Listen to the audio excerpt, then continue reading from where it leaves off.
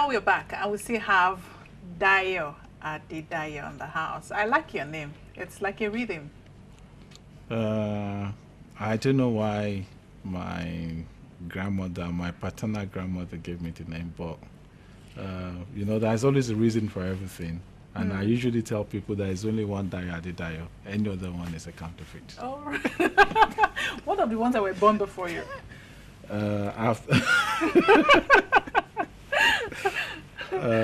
The ones that are born before you, because you're supposed to pay royalties to those. I try as much as possible to pay my royalty and pay my dues to them. Okay. In Yoruba land, we always give respect to our elders. Even if it is 24 hours, you still have to pay your dues. Interesting. Anyway, let's go to the business of the day, which is photography. Before you came on set, you showed me some pictures, and that really wowed me. Quite a number of Nigerians don't even know Nigeria. And this will be an opportunity for them to know Nigeria. But before we go into the pictures, why did Dayo Adedayo, why did you decide to go into photography? I mean, you could have gone into any other vocation or profession, but you chose photography. Why? There's a reason for everything in life. Why? I wouldn't know. Someone up there is looking at me. But initially when I was in secondary school, I was really good in history and literature. And then my dream was to become a lawyer. Of course, I failed my JAMB and I have to do something else. But I've always been taking pictures since I was a teenager.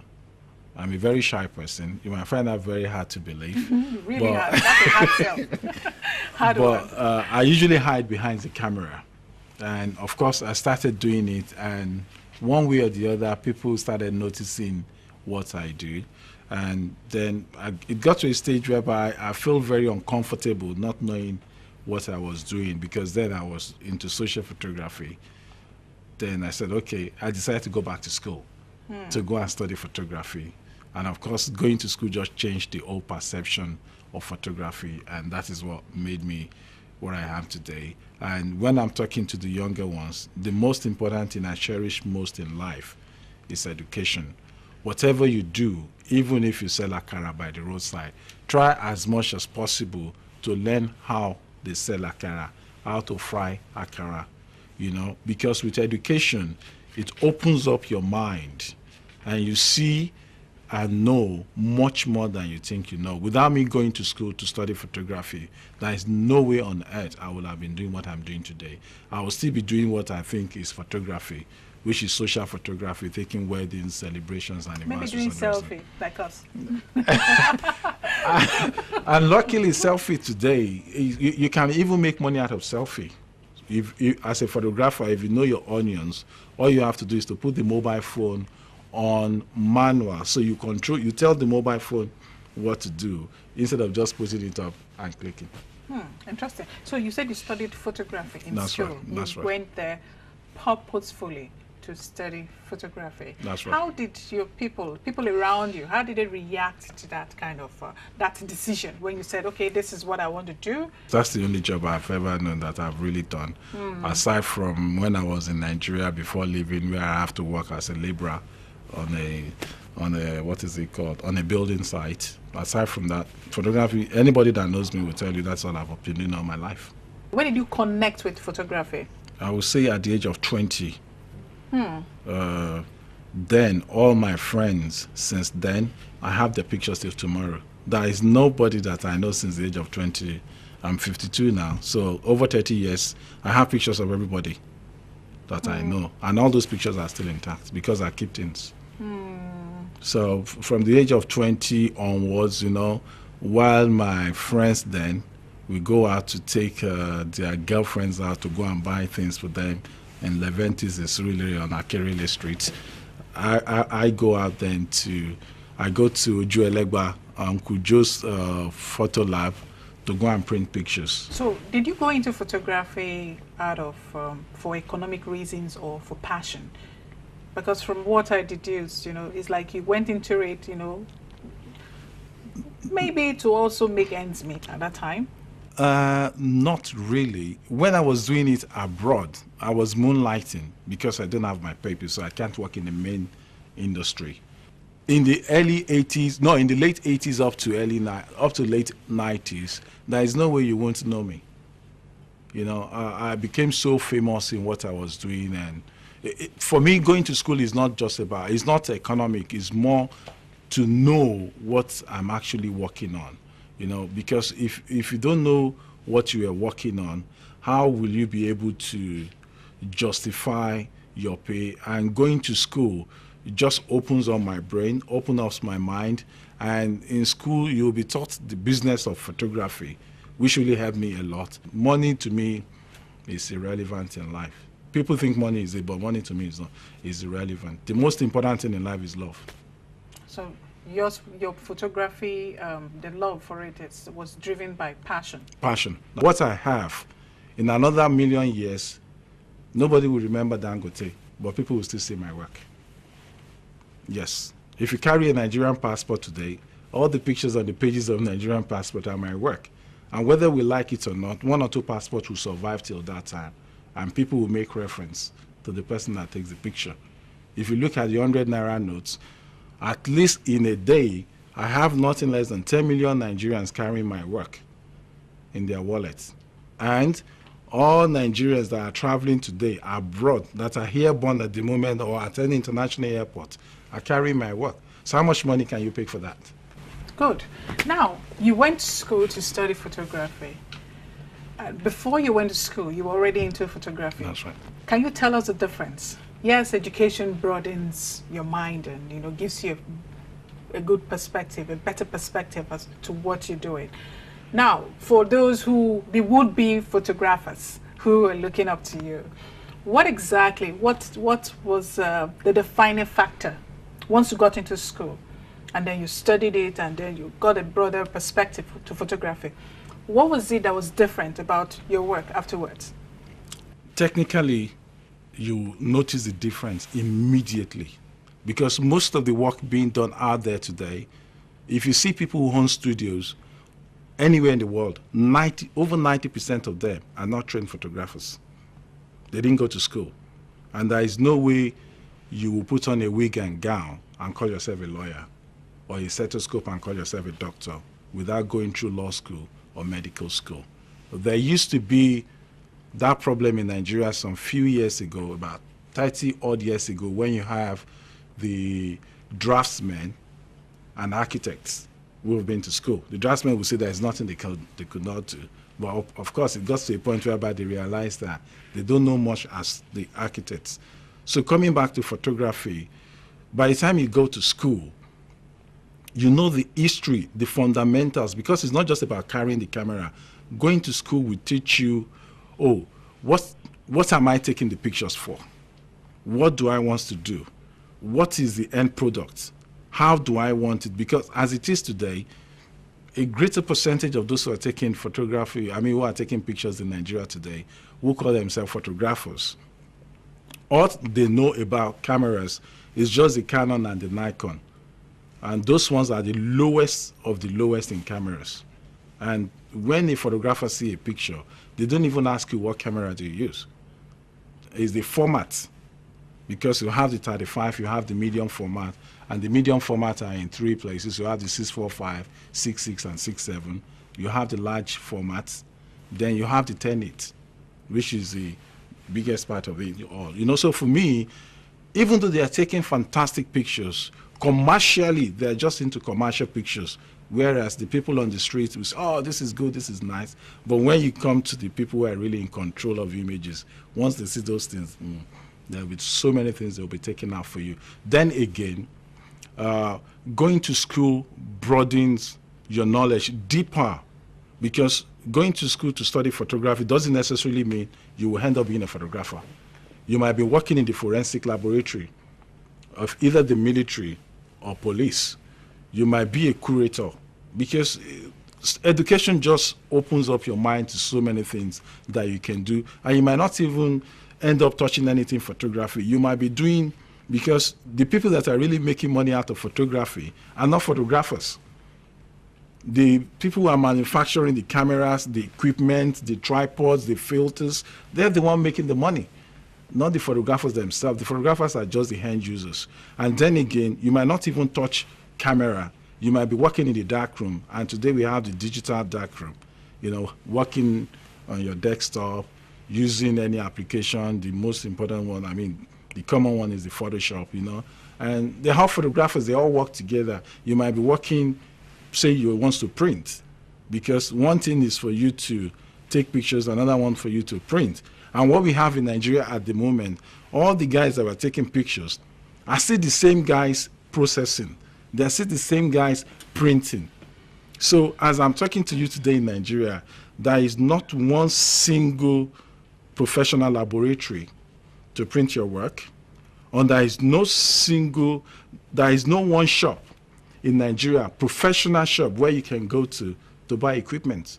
All the ones that we have now, they are just traders. Okay, great. So now we'll have a perspective to photography and what it's all about. Now let's go to Dio. You mentioned earlier that your works are reflected in the Nigerian passport and even on our Naira notes. How did you get there?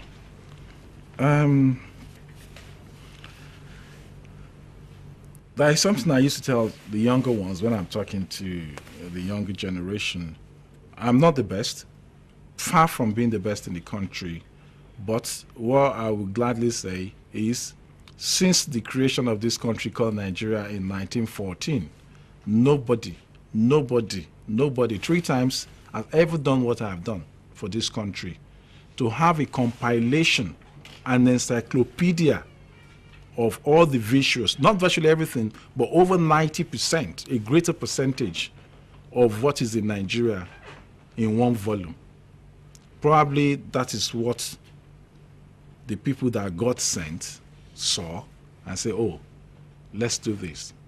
The dream is, like NTA, if you're talking about television production, no matter who is working in the country today, NTA is still a reference point, because that's the training ground. My dream is, if you're looking for any pictures in Nigeria from anywhere in the world, your first reference point will be Dio Adedayo. And that is what I've been doing. We've all seen and know all the terrible things about our country, because that is what we've been doing to Nigeria, which really pains me a lot. Because this country is so beautiful, it's amazing, and I keep telling people it's the most beautiful country in the world.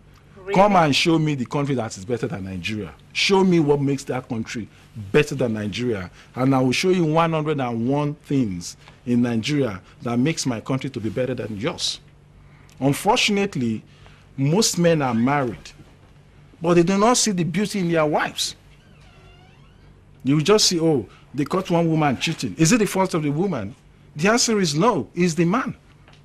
Because if you have attention to your wife, there is no way on earth the woman will go out of the house. What we are doing to Nigeria is this. It's like me calling my mother a witch. At a point, people will start running away from my mom because she is a witch.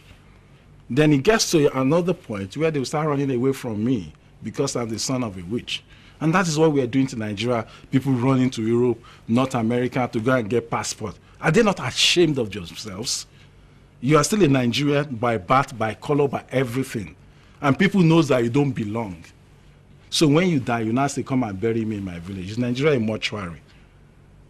So the way I see things is completely different from the way most people see things in Nigeria. I want to know how you metamorphosed into this big, great Dio Adedayo that we know today. Tell us your story. What's your story? I was lucky to be born in Nigeria.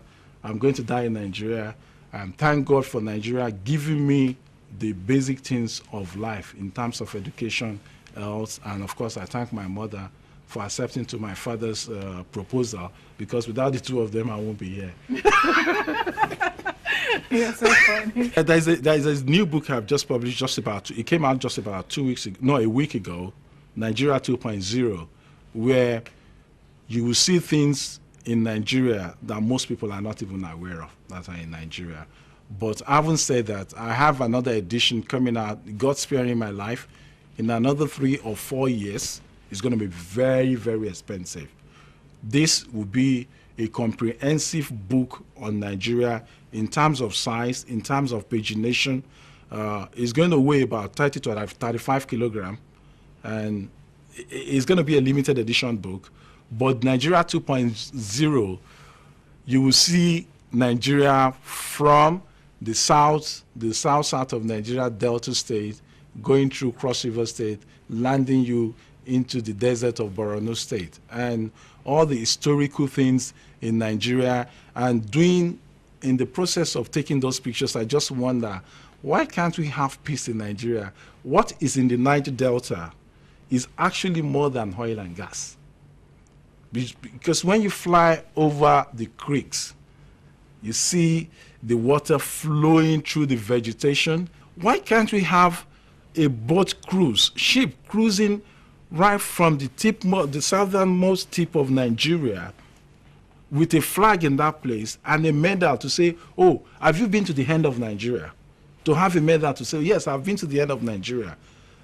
The boat will take you from there up to the confluence. You can later disembark, come back south, or if you want to go to Niger, you go to Niger. If you want to go to Benue, you go to Benue, and from there you can just start from the Sahel Savannah, going from Bauchi all the way down, stopping in Yankari to enjoy yourself. If you want more, you go to Taraba, where you have the Gashaka Gumti, the last of the rainforest. From there, you go on the Mambila Plateau, the most beautiful place in Nigeria.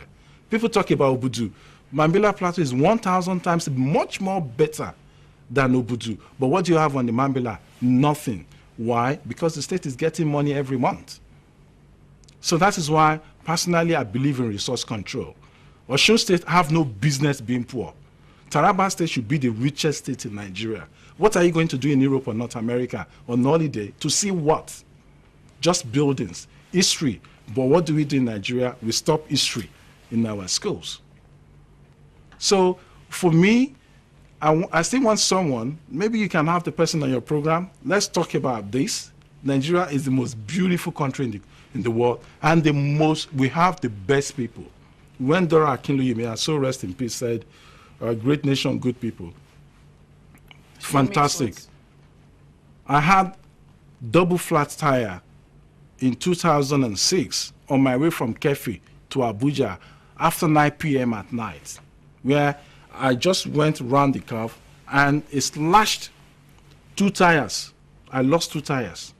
And the first car I flagged down stopped without knowing what was going on, whether I'm an armed robber or I want to do anything sinister. Stopped. What happens? Same car, same tire size. This guy changed, because I've never changed a tire before. This guy changed everything for me.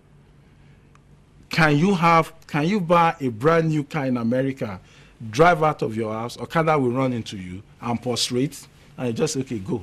God will see us through. That can never happen anywhere in Nigeria, anywhere in the world. This happens often in Nigeria. You've talked extensively about Nigeria. You, Dayo, what are your landmark achievements? I want to know. How do I put this into context now? Achievement, one, to be who I am today. I grew up in a village, Okeliwo, Ijebu-Fe. Ijebu is local government of Ogun State. I lost my dad at the age of 7. I went to a local school. When I say local, pretty local school. We don't have light in our house. Mud house. 11 of us, no, about 13 of us sleeping on the floor and our bed wet, From there to a secondary school, local secondary school as well, which nobody can do in Nigeria today, if you're sensible to send. And for me to come out from that kind of environment to be where I am, I will give honor and glory to the guy upstairs looking after me.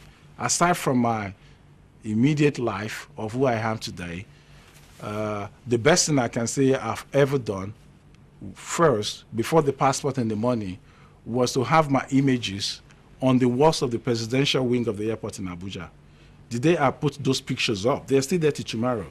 I was in tears for 30 minutes uncontrollably, because I just could not believe I hawk boiled yam from primary 4 before going to school in the morning. I hawk bread in the afternoon after coming back from school just to be able to eat. We don't go to the market to buy anything. We farm ourselves. We don't buy meat, we don't buy fish. My maternal grandfather was a hunter. May he so rest in peace. If he has to eat protein, if he doesn't come back from the farm with food, that is it for us. You know, and for me to paste picture where the president is seated, it really touches me. And when I phoned the Minister of Information, then Frank Nweke, may God bless him more, he said, no, don't thank me, it's your work. I said, but I'm not the best in the country, you know. Then the passport now came. Everything just blew out of hand. So whatever I'm doing now, I have everything to give to Nigeria. It's not about, life is not about money. It's so unfortunate. People think money. When you are dead, your children will not even see the money. That's the truth. If not, there won't be Tony Elumelu today. There won't be Jim Ovie. There won't be everybody around. Who is Tinubu's father? Who is Atiku's father? Who is Tony Elumelu's father? If not, you'll be behind the SB Bakaris, the Fernandez. Where are their children? That's the way nature works. For me, it's not about money. Nigeria has been very kind to me. So wherever I am and I hear the national anthem, my right hand always goes to my heart to say, oh, this is my country. Thank you, Lord. You know, and I don't know why people don't appreciate little things. Because at the end of the day, you have all the money. Can you drive from Lagos by 12 midnight to go to Ibadan with all the money in the world? It's not possible. Absolutely impossible. Is it not better for you not to have a penny in your pocket and say, I want to go to Abuja and be in Abuja at 5 a.m. in the morning and leave Lagos at 11 p.m.? Things you just do abroad. It's only in Nigeria people will be traveling. They have to do prayer session. God, let us be there. When abroad, they will just phone someone, I'm coming. Okay, when are you arriving? I'll come and meet you at the train station. You know, so for me, it's not about money. Life is more about love. Chinua Achebe died. In another 1 million years, if there's still going to be this world, people will still be reading things fall apart. How much more has King Sunny Ade got? How much has Ebenezer Obey got? You mentioned J.J. Okocha today. Everybody will say football. You mentioned Kanu Wako. You mentioned Segun Adegbami. They will say it's football. So for me, you mentioned Dayo Adedayo. It's photography. And no amount of money in the world. What I have in my archives in terms of pictures of Nigeria, all the money in the central bank can't buy it. Because I've taken pictures, some areas have been destroyed, some have been reconstructed, like the Abuja Road from the airport to town. I have all the pictures when you still have those trees around. Tell me, are you going to recreate that? Absolutely impossible. Several places, the Bar Beach, when it was still Bar Beach, when the road was really bad, I have all those pictures. And very soon, I'm sure in the next 5 years, that road won't be the same again. So are you going to recreate that? So several pictures. I have over 2 million Nigerian pictures in my archives, and not all the money in Central Bank. My dream, actually, is to work with the National Archives. We don't teach history. We don't know those who were there yesterday. So those who are there today, do they think people are going to remember them tomorrow? Okay. You know, you have quite a number of collections here in books, in prints. These are the hard copies. We also have the soft copies. Definitely, this is not the last of Dayo Adedayo on Saturday night. This is just the preamble. This is just the beginning. This is an introduction of who Dayo Adedayo stand for. Because before we came on set, you had shown me some pictures that actually blew my mind, and they're so historical. I think you should also share that with our viewers. This will just be an intro. The next episode, when you come on, you'll be telling us, we will actually be talking in pictures. Okay. You show Nigeria and Nigerians the beauty God has endowed us with, or nature has endowed us with. So let's look at the three major ethnic groups. Okay. We talk about the Hausa, the cover Igbo, of this is Hausa, Igbo, and Yorubas. So we go to the Igbos. You start off with the Igbos. We start off with the Igbos. Okay. Who originated from Anambra State, but originally the Igbos are known to be Jews. And if you look at the Igbos' lifestyle in totality, they act and behave like Jews. That's the Igbos. And if you go to my book page 46 Nigeria 2.0, you will read more about it. Okay. About the And then you Igbos. look at You look at the throne of the first Eze. this picture. This picture itself. This is the original place where they all migrated from to the rest of Igbo land. Okay. If you look down there, these are cowries from the Star of David. Okay, go on. The Star of David in Israel, and you have a lot of Jews coming actually to this place.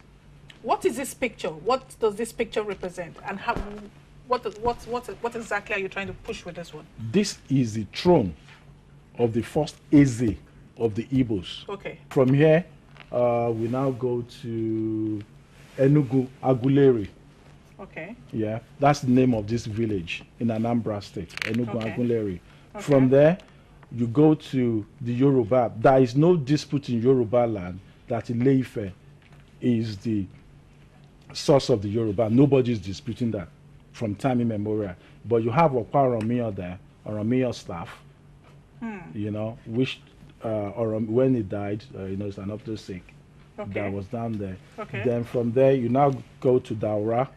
This is for the for the Hausa Fulani. Daura, their progenitor actually is from Baghdad, present day, the capital of present day Iraq, and you have a well in Daura. Kusugu is called Kusugu well. You know, this well, there used to be a snake there. That snakes will not allow anybody to fetch water on just one day a week. That is the only day they goes there to fetch water. Then what now happened is this guy came into Daura town in those days, thirsty, no water to drink. So what he now did, they said, no, you can't go to the well. And he was a warrior. So he has no choice but to go to that place. They said, okay, that is the only place you can fetch water. So he killed the snake. So when you are driving on Nigerian roads, you see some trucks from the north with a snake being cut off with a sword by a well. They were referring to Kusugu well. So their king or queen then used to be a woman. You know, so she now gave birth. She married the man because he was a very strong man, and they gave birth to 7 sons, who now became the 7 prominent rulers in Hausa land today. Okay. So what you have just done in summary is to tell us the roots of the Igbos, that they're coming from Aguleri, Enugu Aguleri, and originally from Israel. And then the south, the Yorubas, they originated the Yorubas are from Saudi Arabia. Okay, and then the Hausas are from Baghdad. From Baghdad. Iraq. Wow. The father was originally from Baghdad because the 7 most prominent emirs in the north today are from Daura. Wow, that's interesting. That is interesting. So let's leave it on this cliffhanger. Let's leave it on this. This is really 2.0. It's like the phones and the series. Absolutely. You know? So this is 2.0. I'm sure you come up with 3.0, 3.0 and 4.0 and all of that. That's right. We can't get enough of you. We will definitely bring you on, and so that you can talk about Nigeria in pictures, right? It's been a pleasure having you on Saturday night. Dayo Adedayo, the photographer with a vision to capture Nigeria in pictures. Thank you so much. It's been a pleasure having you on Saturday night. Thank you.